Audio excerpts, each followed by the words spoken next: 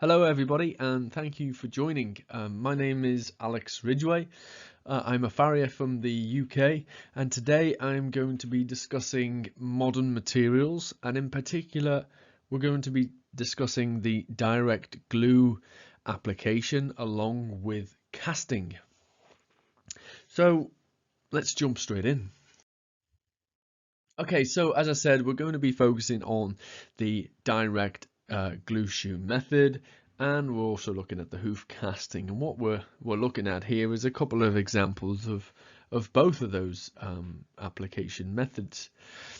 There are alternative to these that it would be great to be able to cover in today's presentation, but I felt that if we tried to cover all of these different or alternative or new technologies in shoe application, I felt we would be doing each one a sort of a disservice. So we're going to focus on the glue shoe and the casting methods for today. Okay, so the direct glue shoe application is a method of shoe attachment using adhesive and focusing that adhesion directly to the sole aspect of the hoof, with particular focus on the heels. Now, this is slightly different to the indirect glue shoe method, which often involves a composite cloth cuff around the shoe, which attaches to the dorsal hoof wall. So that is known as our indirect glue shoe application, and the direct glue shoe application is to the solar aspect of the foot. And you can see in this image here, we've got that strong heel attachment area here and here. Okay, so we're just going to talk about some of the advantages and disadvantages to the direct glue shoe application. And funny that the actual disadvantages list is slightly longer than our advantages list here on this presentation. But let's look at some of these advantages. So why do we use the glue shoe application? And I suppose the first advantage would be that you avoid having to use nails in order to apply a shoe. That means that we can apply shoes to weak or thin-footed horses without running the risk of catching them with a nail, or even having strong enough horn in order to secure that shoe as much as you would like, especially for competition horses, where shoe loss could be the difference between winning a race and losing a race, or being able to compete in any particular competition. So yes, so it allows you to apply shoes to these weak-footed horses.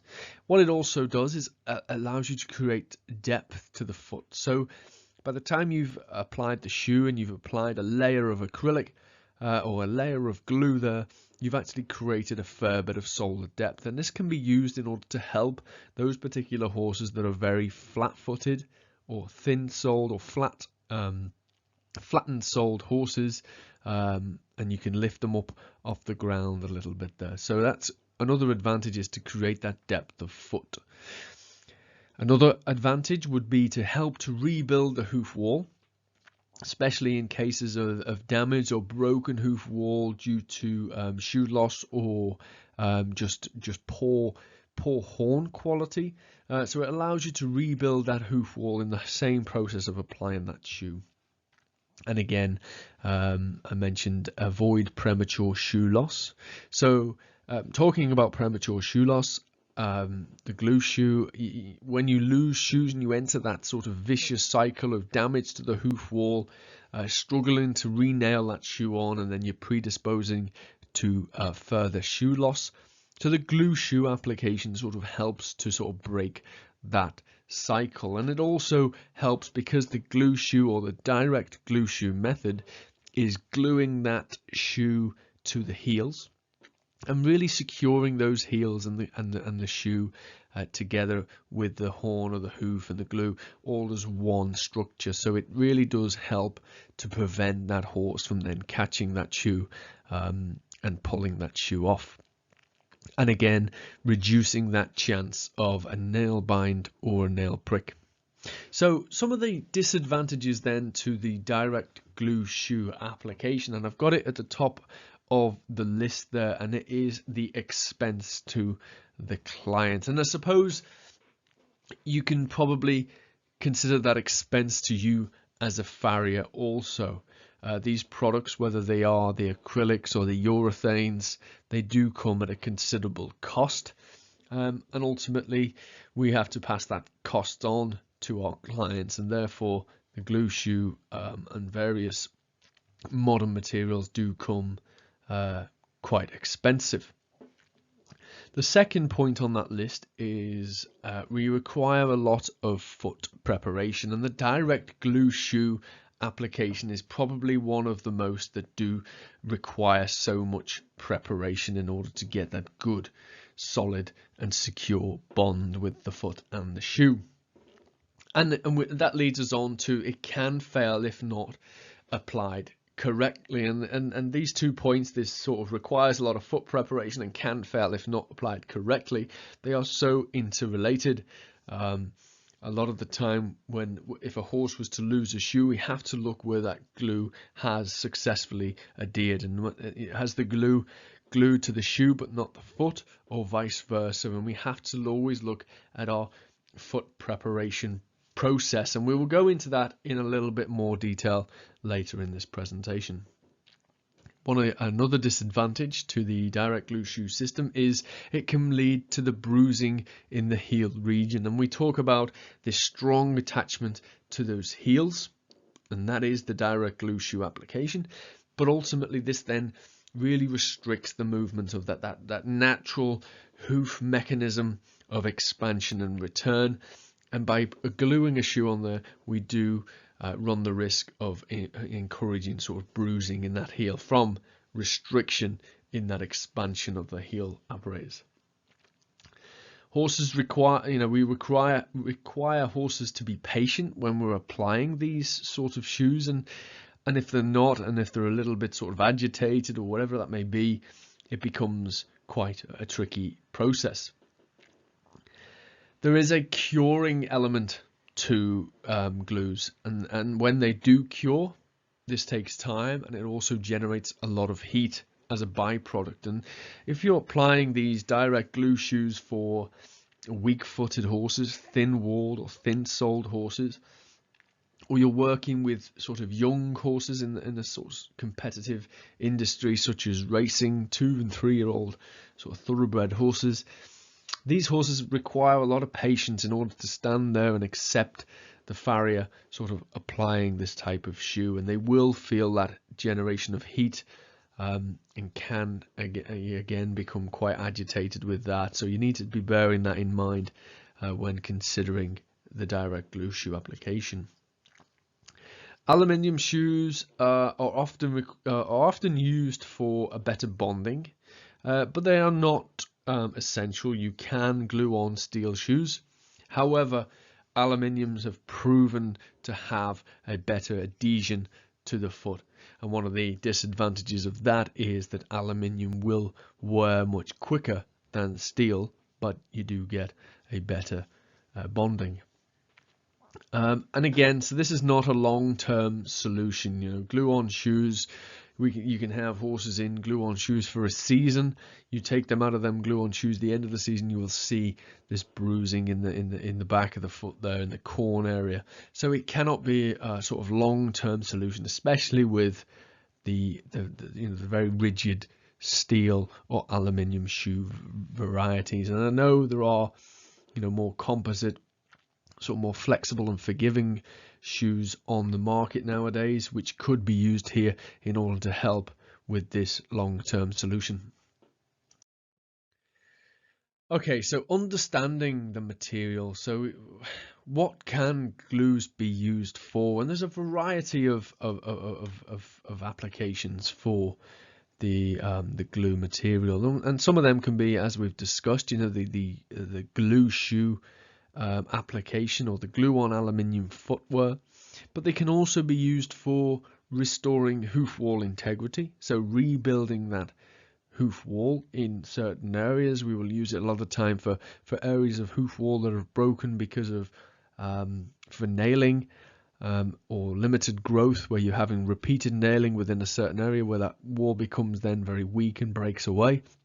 So we can restore that integrity there. And you can also then perform major sort of hoof wall reconstruction, so where you're having to build up large areas of the hoof wall, whether that horse has gone through surgery, keratoma removal, or severe quarter cracks, that you're having to then reconstruct the hoof wall or large portions of that hoof wall.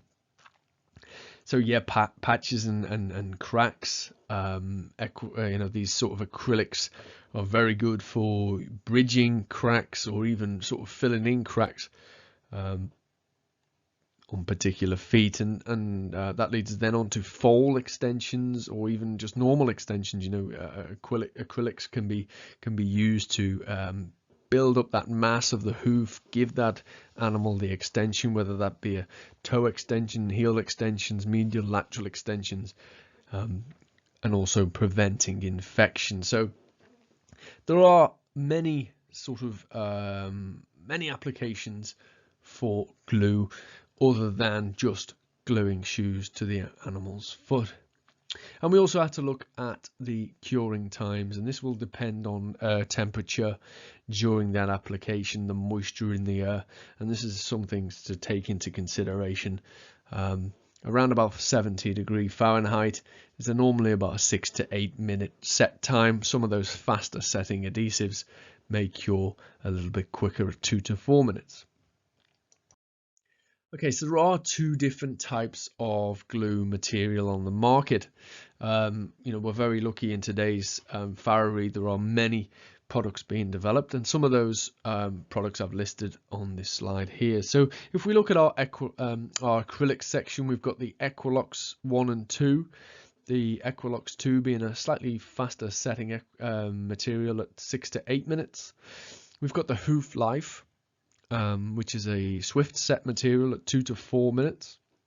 We've got the JMEG, the Pro Glue 9020, and the Glue U Shoe Fit. So these are all acrylics and they all have similar properties. And then we also have the urethane materials, the polyurethane, the Vetec Adheres, the Pro Glue 6020s. They normally come in these very recognizable two-cartridge or sort of two-sided cartridge tubes, and it's similar to the Vetec, super fast. And we've also got the handmade shoe hoof repair. Now, you can use both of these materials quite successfully, but for the majority of this presentation, I'm going to be focusing on the acrylics, and in particular the Equilux acrylics. And it's something.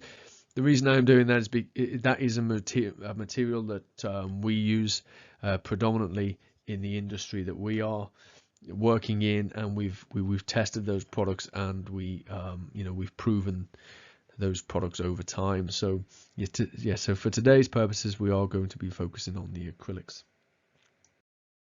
So why do we choose those acrylics, and in particular the Equilux 2 adhesive? And they're listed here, but the high bond strength. So these acrylics are incredibly strong when bonded with the hoof, but they do allow for a slight normal function. So they do allow for some slight flexibility of the hoof whilst keeping that high bond strength. And they are and they do have great tensile properties, which is similar to the hoof wall. So it's allowing for that sort of hoof wall reconstruction along with nailing and rasping.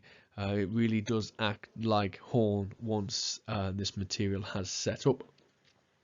It's long lasting and resilient, and it's once it is set up and cured, it is good. With good foot preparation, the shoes will not go anywhere, and we've had them glued to feet where the actual aluminium shoes are wearing out long before that bond would ever break. So very long lasting and very resilient.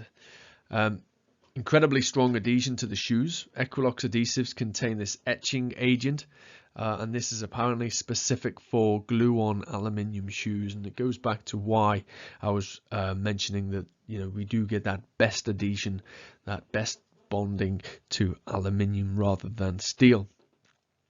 And one of the other reasons why I like to use the Equiloxes over the urethanes is I just find that they are a lot more workable and adjustable, and you have this period of time where you can sculpt this material and really make a nice clean job.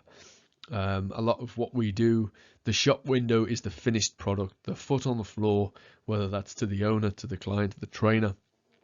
And I feel that Equilox is a material that allows you to just have a little bit more finesse with, and you can also add in dyes in order to change the color in order to match the horse's foot, and you can also add in you know, Kevlar fibers, cloth, in order to reinforce this product. So it's a real versatile product with great strength property. Okay, so that brings us into foot preparation for this product, and I did say earlier on that this foot preparation is key, and unless we follow a sort of regimented foot preparation protocol, we cannot guarantee success with this product. So some of the main areas here, and we're going to go through it step by step. So initially, we want to clean and prepare that foot, removing any sort of loose, flaky or damaged hoof wall, and continue to trim and balance the foot as we would normally anyway. We can take, once the foot is then trimmed, we can take our wire brush and just give that foot a good clean, removing any dirt, black tissue, especially around the white line area and that heel region. We should really emphasize those heels, you know, that is where we are going to get our strongest attachment, and we must make sure that we're attaching to clean and clean and you know, no oils or debris or dampness in that horn region. So we can use our hoof knife in order to clean away a lot of that material. We can take to a wire brush to clean it up, making sure that we clean alongside the clefts of the frog, and we want to really clean up any of this periopal that grows around the heel buttress here. So making sure that these regions are nice and clean. Another point to sort of add in here is foot preparation is critical to prevent application failure, and we must make sure that we are clean and we are also dry. Okay, so we then continue, and we begin to then dress the foot forward, removing any flares, and clean down that hoof wall in order to make sure it's nice and clean and dry, and maybe not overly visible in this foot. You can see that this foot was struggling. We've got some delamination going on here. We've got breakage up around the hoof nail, the nail areas here, and you can just see in general that this is not an overly strong hoof. One of the things I like to do is to put a slight bevel around the dorsal edge of this hoof, similar to a sort of barefoot trim. And that just gives the foot, you know, you're pulling that foot back, you're getting the foot in a nice healthy state prior to applying that shoe. And you want to slightly roughen up the dorsal hoof wall here. You want to get a nice bond to the hoof, remembering that your main areas of adhesion are the heels. So you want to be roughening up the heel area here, making sure it's nice and rugged for a good sort of adhesion. You can take to a heat gun in order to dry and prevent any moisture being on the foot, so you can dry the feet out a little bit. You can also add a little bit of heat to the material itself in order to speed up that curing process. Okay, so once you've prepared the feet, what you want to try and achieve is good shoe preparation. So when these shoes are made, a lot of the time they're made in molds or they're made in jigs, and they will have a release agent in order for that shoe to come away on the production line, and we need to make sure that we're removing that release agent. That release agent is designed in order to stop things from sticking to that shoe or stopping that shoe to from sticking to anything else. So we need to make sure that the surface of that shoe where our bonding is going to be is nice and clean. Prior to that is we need to fit the shoe. So this horse, we're using an aluminium shoe. It's a lightweight shoe for a racehorse, so it was cold fitted. And as I said, once we've done that, we're then looking to clean and prepare that shoe up ready for the glue application. And I do that with a rasp. So I will run the rasp around that solar margin of the foot, the shoe, cleaning it up back to fresh aluminium, and I will also go around the heels in the areas where glue is going to be adhering to, making sure that the entire shoe is nice and clean. And I will do this wearing these latex gloves in order to not put any of my grease or my oils on my hands or my fingers onto the shoe and sort of contaminate that surface. What I then do is then apply what's known as shoe liner. So it's this sort of flexible material that I will put then around the solar margin of the shoe. And what that does is it gives me a consistent vertical height. So I know when I apply the shoe, I can apply a little bit of pressure and I'm going to get consistent thickness of glue around the entire peripheral edge of the shoe, but also I'm not going to have any glue on the sole giving us any possible sole pressure. Okay, so then we're moving on to the material application. So we've prepared our feet and we've prepared the shoe. So now we're getting that material ready to go on. So there's a lot going on this slide. So we'll head over here to step 1, and that is to just basically place that cartridge into the application and gun and making sure we're well set up. Step 2, remove the end cap, making sure that the nozzle is open and there's no blockages in the valves at the end, making sure they are both clean, and we're going to get the appropriate amount of material mixing together. So we like to use card. We find it's readily available with boxes of shoes. We sort of rip up the edges and we'll use that as sort of mixing trays, and we'll sort of we'll squeeze out three pumps of the gun, and we'll get a good sort of size golf ball to tennis size amount of material there. And we will use black dye, so we like to dye our glue black in order to just try and disguise the glue application. Nobody really wants to be highlighting that their horse is in glue on shoes, so just adding that little bit of dye just gives that little bit of finesse, that little bit more attention to detail, making sure it's a nice clean disguised job. We've written here we apply a small pea-sized amount of dye. You don't want to be putting in too much dye, it will change the consistency of the glue.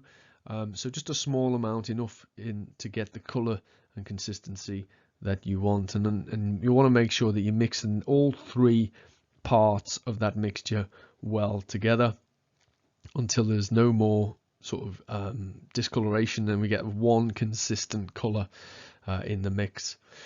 And then what I tend to do is I load it up onto the spatula, onto the stick that we use for mixing, and I will apply from the toe clip back towards the heel this consistent bead of glue, and I try and do that in one complete swoop of the mixing stick, and that just means I get a nice consistent amount.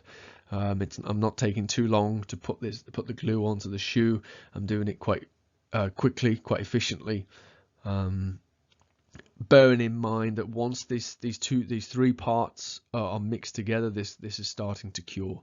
So you want to be making sure that you are methodical, you are efficient in how you actually apply this here. Okay, so now we have the foot prepared, we have the shoe prepared, we have the material now on the shoe. What we're looking to do now is the actual shoe application. So you want to make sure that the horse is standing comfortable and all legs are in each corner. You want to make sure that horse has got good balance. You're going to be holding this leg up now for the next sort of 10 minutes. So you want to make sure that that horse is going to be comfortable, or as comfortable as possible. So one final swoop with the wire brush there, just to make sure that the foot is nice and clean and prepared for this application. And then it's all about applying the shoe to the foot flat, and apply even pressure in all four corners. So your toe pillars to heels, you want to be making sure you're applying a nice even pressure right the way across, and you apply enough pressure in order to get that shoe liner that you put on that black flexible material to be touching the hoof perimeter there. A sort of top tip here would be to not move the shoe too much. So you want to be making sure that once you apply that shoe, you leave it in that position. You can adjust it, making sure it's in the right position, but once it is on the foot, try and limit the amount of movement. You then sort of encourage the less is more sort of approach. So then using your mixing stick, and by this time you haven't put all of your mixture onto the shoe, you're only just sort of putting enough in order to apply it to the foot. The rest of the mixture is then used to glue that shoe to the foot, and you want to build up the quarters. You can see in this middle image here this sort of action. So as I said before, you don't really want to be moving that glue too much once it's on the foot. So if you can just sculpt it like you are icing a cake, up onto the foot, up onto the shoe, never away from the shoe. You're always applying material to the foot and bringing it up onto the shoe, and you really got to focus on them heels. They are your priority. Make sure that you focus on getting those heels locked in first. So you want to be doing it on the inside of the heel here, outside of the heel, and then blend the back around that buttress here. Once you have locked in both heels, you can progress around the front of the shoe, making sure that your quarters are blended in, your toe clip, etc. Once you're happy with your application, you have plenty of glue on the shoe and the foot. We then use the plastic wrap in order to secure that and enclose everything. Once you've got that wrap on there, the heat that generates inside sort of speeds that cure process. Another tip here would be to wait until the glue is slightly hard to touch before placing it down, and this is usually between 6 to 8 minutes depending on environment and temperature, but as long as you've got that wrap on nice and secure, the shoe should not be moving. Okay, so the finishing touches. So once you are happy that the glue has set, this is, as I said, normally anything up to 10 minutes.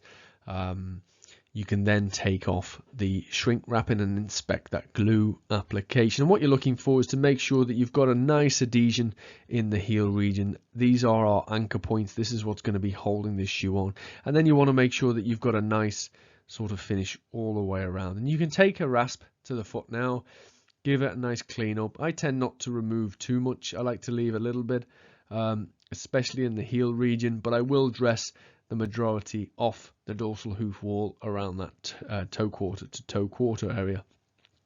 So there you have a sort of finished, cleaned, and very sort of presentable and very, what can you say, very disguised there, matching the same color as the hoof. And that is the glue shoe application. So you want to avoid applying any moisture or hoof oils at this stage. You don't really want to be applying hoof oil or hoof conditioners for at least the next 24 hours. And ideally, if you can avoid that horse coming into contact with any water, any moisture, whether that horse is going on a spa or swimming or even exercising where it runs the risk of being in deep mud. Avoid that for as long as you possibly can, and I would recommend sort of 24 hours. Okay, so points to remember here. Preparation is key. There are no shortcuts in the preparation, and if you do not prepare correctly, you will get failure. Avoid any moisture, oil or grease on the shoe, the foot and your hands yourself when you're handling both the shoe, the foot and the glue. Avoid manipulating the glue material once you've applied it to the foot. This less is a more approach. Once it's on the foot, try and leave it there. focus on those heels, lock those heels in, and when you are applying the glue to the foot, make sure you put the material up and you pull the material up onto the shoe rather than pushing it away. So they're the points to remember for the. Okay, so now we are moving on to the hoof casting process. Well, hoof casting is a process of rebuilding or strengthening the hoof wall by the application of a unique polycloth and resin material combination. And it can be used in conjunction with traditional nailing on method, or to remain without shoes and help horses manage barefoot or during that transition period. This image is taken of a horse in casts with traditional nailing placed on the Metron block, and we just have a few measurements on here for today's purposes. We don't need to be looking too much into those. Okay, so why hoof casting? What is the purpose of hoof casting? Well, it gets similar properties to the direct glue shoe in regards to superior tensile properties. It has similar properties to hoof wall, allowing for hoof wall reconstruction along with traditional nailing and also rasping. It avoids unnecessary foot preparation. So this is the sort of contrast now to the direct glue shoe application, where preparation is key. The casting process, actually, there is very little preparation in order to still get a good, strong sort of attachment. It has a very quick setting up time. So unlike the glue shoe application, this is a couple of minutes. This casting material is starting to go off, and one of the things you can do with this casting material is once that is onto the foot, the horse can actually place that foot down onto the ground, so you're not having to hold the limb up in the air whilst this material cures. So it's a much quicker, much more efficient material to get on to the horse's foot when you compare it to the glue shoe method. And it's a very versatile material. It's capable of being rasped. You can trim it with your nippers. It can be trimmed. It can be nailed into, similar to normal hoof horn. So hugely versatile. And I find that this is a brilliant tool or trick to have in your toolbox for when needed. So this picture here on the right hand side is just showing you the sort of before and after of this particular application.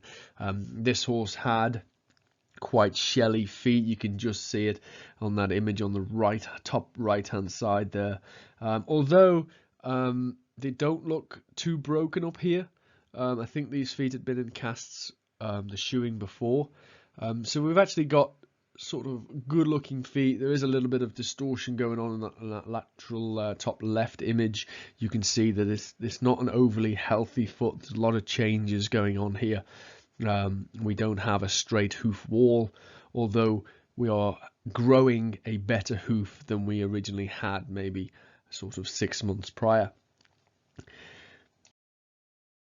Okay, so advantages of the hoof casting application. So again, we are increasing tensile strength of the hoof. So if we're dealing with horses with thin walls, weak walls, broken walls, we can add a lot of tensile strength to that horse. And I find that with a lot of young thoroughbred racehorses, especially the sort of fillies, the 2-year-old fillies, quite weak feet, that the hoof casting material just gives them a little bit more support, a little bit more stability on their feet, and they certainly feel much more comfortable for it. And it allows you to apply shoes to these weak footed horses, helping to rebuild hoof wall where and when necessary. It also helps to avoid premature shoe loss and shoe spreading by giving those nails that you apply in the shoe on with stronger attachment points, better clenches, more strength in the hoof wall, especially those horses that are prone with weak walls to spreading shoes. You reduce the chances of nail binding or nail pricks as you increase that mass of the hoof wall, and you can nail directly into the cast rather than the foot itself. It's a highly effective method of hoof repair.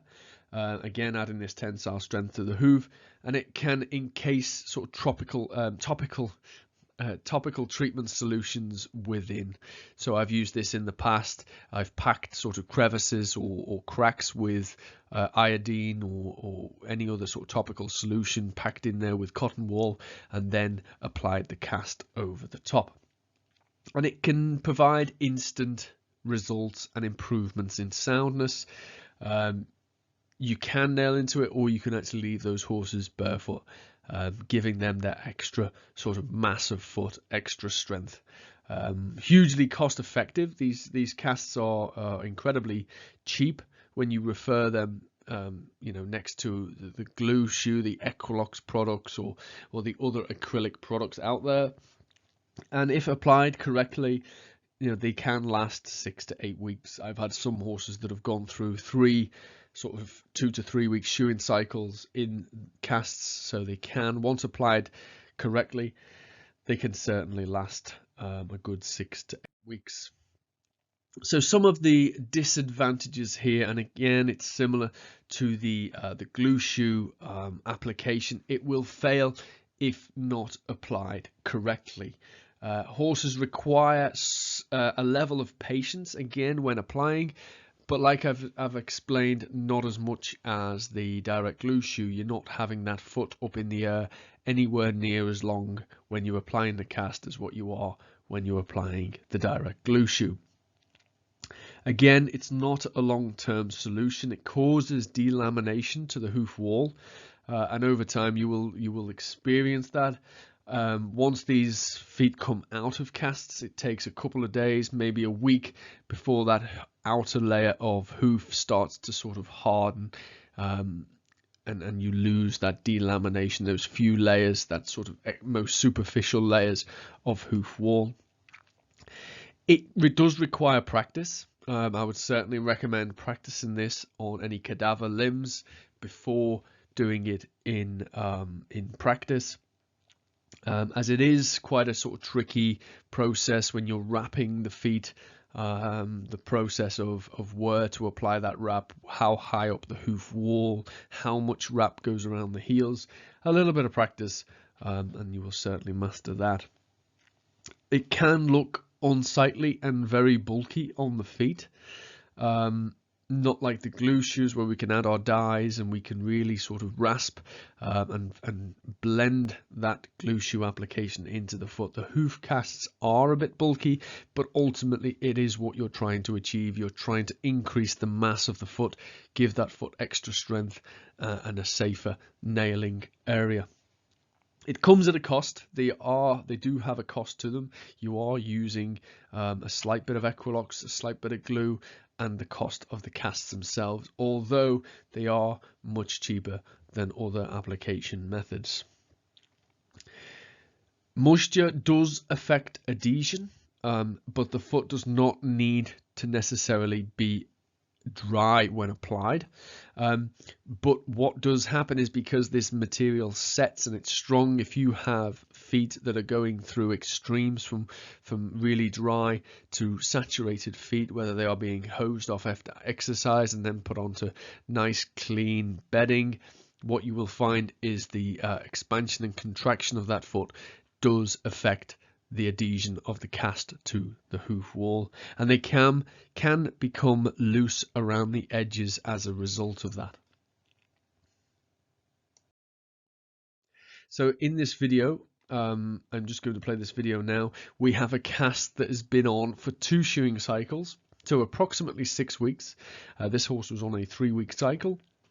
So it's been on for 2 cycles, 6 weeks, and it's come off now. And what I want to show you is the strength of this hoof cast, this single sort of 3-4 millimeter thick hoof cast when you apply around about 70 kilograms to it.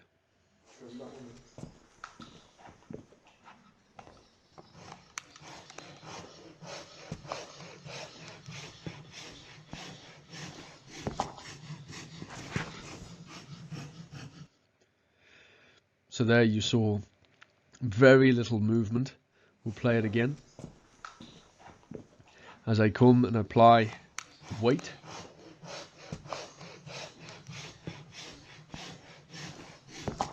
Little movement, slight expansion at the heels, but there didn't seem to be much dorsal curvature there. So you can see how much strength those casts can apply.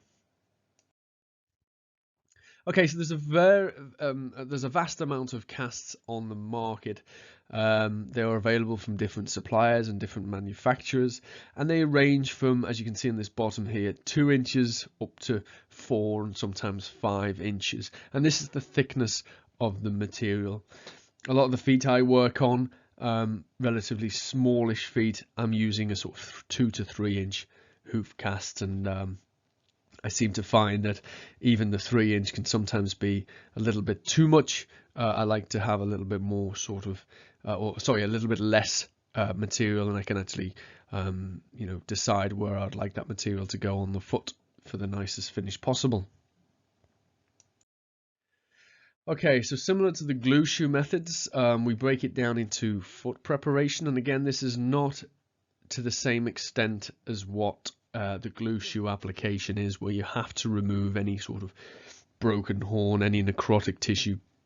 This is just general cleaning of the foot, removing any dirt, giving the foot a trim up, and a slight sort of barefoot trim approach to it. And you want to be cleaning up the dorsal hoof wall, making it ready for the application of the glue. So you can use your knife to clean alongside the medial and lateral clefts of the frog, any excess periopal around the heel origin, just cleaning that away lightly. Okay, so then your material preparation. So some of the materials that are required for the casting process, we have our hoof casting tape, usually 1 tape per foot, depending on the amount of rebuilding that you require. But there are occasions now where I will use 1 cast and I will successfully be able to do that on 2 feet, just giving them that little bit of extra thickness that I can nail into, but not be too bulky and sort of too prominent on the feet there. A sponge, so you will need a damp sponge. This does not require a lot of water, just slight dampening of the material once you've applied that casting. A lot of people would often dip the hoof cast into a bucket of water prior to application, but once it comes into contact with the water, you initiate the curing process. I like to be able to have plenty of time to apply the cast to the foot and then apply the moisture to initiate that curing process. We use mixed methacrylate. We use the acrylics again here. You can use the polyurethane materials for this application, and basically we are mixing in a little bit of glue and applying that to the hoof wall, helping the bond between the cast and the hoof itself. Okay, so we start by placing a light covering of the acrylic glue around the dorsal hoof wall and the heels, and you can see with the image on the left there, I'm using the card and the spatula similar to the glue shoe application, and we just put a little bit on, no more than halfway up the hoof wall. We then remove the casting material from its packaging and we begin to wrap around the foot, and we tend to always start on, well, I personally do, on that inside heel. We continue to pass the material around the foot, checking you are wrapping both the distal border of the hoof and also 2/3 of the way up the hoof wall. The last thing you want to do is just apply it to that distal border region and have a real big step in the hoof wall. So I like to take it up at least 2/3 of the way up the hoof wall. And to use maximum material, occasionally avoid passing it over the heels, and you can do that by doubling up. If you look at this third image here, you can see how we can double up the material just at the heel quarters there, and we take another pass around the toe, avoiding the heels, and you can get away with putting less material around the heels.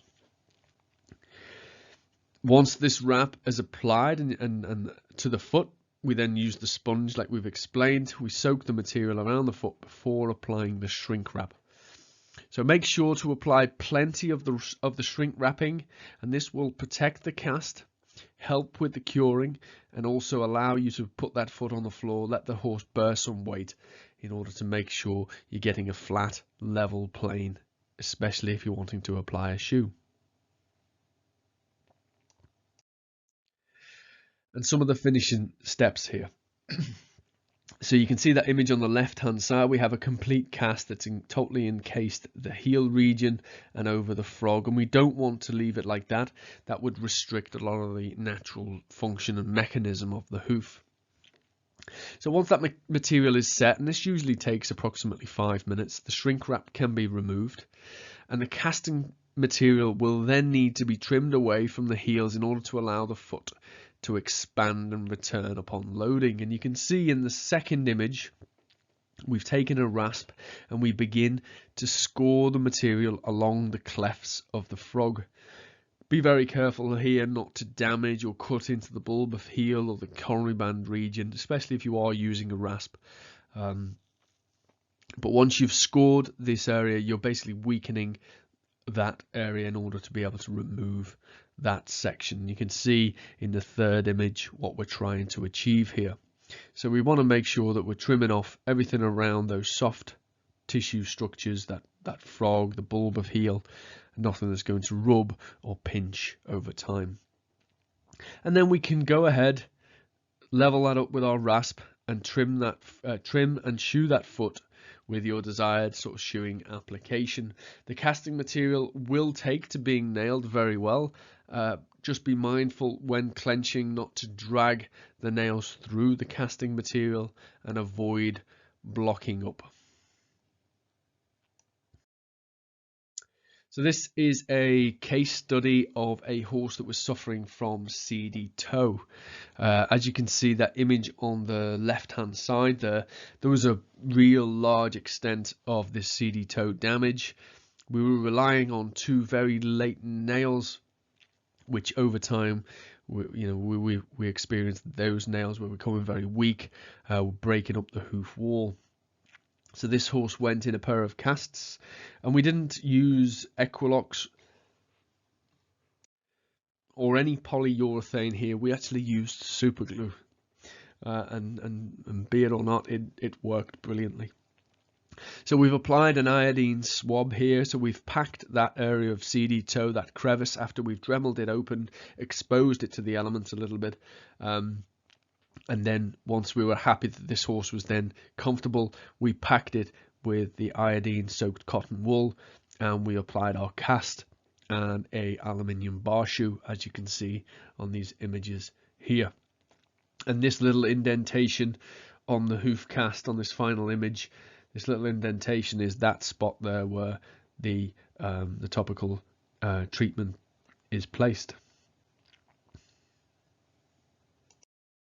So I think that horse then had 2 shoeing cycles with these casts, so approximately 6 weeks. As I said, he was on a sort of 3-week shoeing cycle, but notice the improvements in his medial lateral balance. So not only were we able to rebuild that hoof in order to be able to apply a shoe, but what we were also able to do is give that horse a load of strength in his feet. And you can see how by losing a lot of that hoof integrity there, having that large area of CD toe, we were getting some medial sinking. So applying that cast, giving that horse that extra support, that extra tensile strength, we were able to restore that medial lateral balance, and we've got a nicely balanced hoof at the bottom here. Now that we've got a balanced and strong hoof capsule, we can allow that process of growing out that area of CD toe, making sure that we constantly debride that area, making sure no fungi remain within the internal structures within there. And you can see we've done that there. It's been cleaned out nice and clean, helping sort of prevent that sort of from either coming back or spreading further within the hoof. So points to remember, so sort of key take-home messages from the hoof casting processes: to avoid removing too much material on the sole. This allows for a strong adhesion to the foot and avoids leverage against the casting material at the distal edge of the hoof wall. So when you are applying that cast, you want to make sure you're getting that little lip over that edge, over onto the sole there. You want to make sure that you're forming that hoof wall edge, you're building up that hoof wall. You want to make sure you're trimming it away at the heels. Avoid restricting any natural expansion in the back half of the foot, any movement in that palmar region, and also making sure that you haven't left any sharp edges that could rub against that descending coronary band in that heel region. When you apply the glue to the dorsal hoof wall, and making sure that you're sort of focusing on the heel region also. And you also don't want to be going too far up the hoof wall, that when you do apply the cast, you have a lot of excess sort of come up near the coronary band area, which could be quite messy. Once cured, a shoe can be nailed to the material pretty much immediately. So after those initial 5 minutes of setting up, you can go ahead, you can trim this material, you can apply the shoe, you can nail that shoe and clench it quite nicely. And then clip areas can also be cut into the material to help with the application of a shoe. I sometimes use toe clips. Seems to work very well. Takes some of that shear force away from solely having nails in the cast alone. Okay, so I want to say thank you very much. I hope today was quite interesting. I know we've covered both the well, just two alternative shoe application methods, and I would love to explain or talk through a few others, but there's a lot of information to talk about in just these two alone, and I hope you were able to learn something from it. And if you do have any questions or you would like to know any more, I'd be more than happy to answer them. So once again, thank you all for taking the time to be here today, and I will hopefully see you on another presentation. Take care and goodbye.